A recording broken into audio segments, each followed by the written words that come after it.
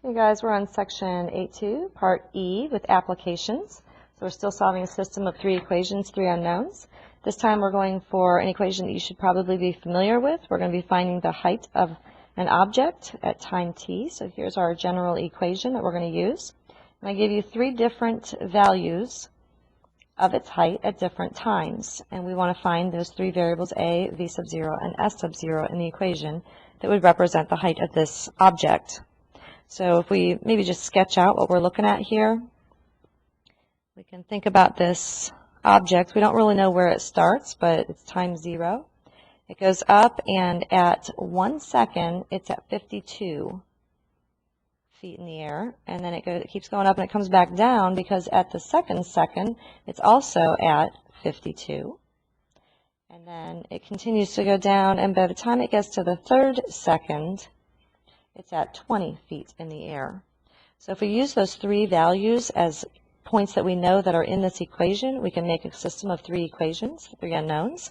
So when time equals 1, we're going to plug that into the first equation for t. So it's 1/2 times a times t squared, which is 1 getting squared, plus v sub 0 times 1 for time, and s sub 0. And the answer to this, the s value, the height, is 52. We're going to do that with all three times given. So when we plug in time is 2, that's 1/2 times a times 2 squared, v sub 0 times 2, and the final answer is 52. And the same thing for the time is 3 seconds. Plug in 3 for the t, so it's 3 squared, and 3 for the 2 times you plug in the t. And this time the height is 20. So now we're going to take these and simplify. We can get rid of these parentheses and fractions.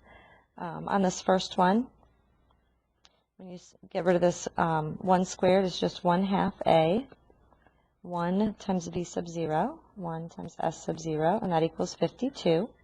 The next one, 4 times 1/2 is 2 for the coefficient there. We get 2 v's, 1 s, and 52. And the last one, that 9 getting squared, that's 9/2 for the entire coefficient. This equals 20. Now notice there's two equations here with fractions. I really don't like working with fractions. I'm assuming you don't either. I'm going to take the first equation, multiply both sides by 2, and the last equation I'm going to multiply both sides by 2, so these first coefficients will become non-fractions. So if we redo those equations, the first equation now, if you double everything, is 1a, 2v, 2s, and 104. Second equation is fine the way it is. And the last equation we're going to double as well, so the first coefficient is now 9. And then 6, 2, and 40. Now we're going to solve the system like we normally do. We're going to do a system of equations with elimination. First one I'm going to try to get rid of is this first variable here of the one with has a 2a in it. We're going to multiply the first equation by -2 and combine it with a second equation. So -2a minus 4v minus 4s. I'm just going to eliminate some of those little subscripts of 0. We know it's an initial amount. Equals -208. We multiply, or the second equation is fine the way it is because now the v's and the s's will be left. We do that linear combination. A's are gone. You're left with -2v minus 3s equals -156.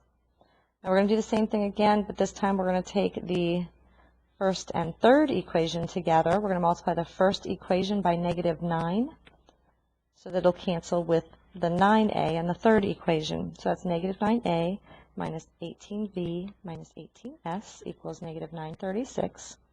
And the last equation is good the way it is. And when we do this combination, the a's again are gone. You're left with -12v minus 16s equals -896.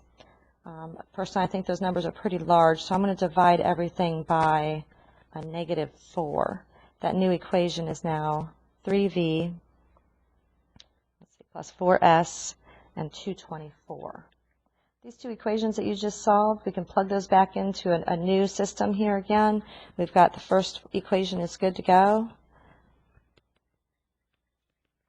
The second equation was in blue when we did a combination and got -2v minus 3s and -156. And the third equation, when we simplified it down, was negative 3v plus 4s is 224.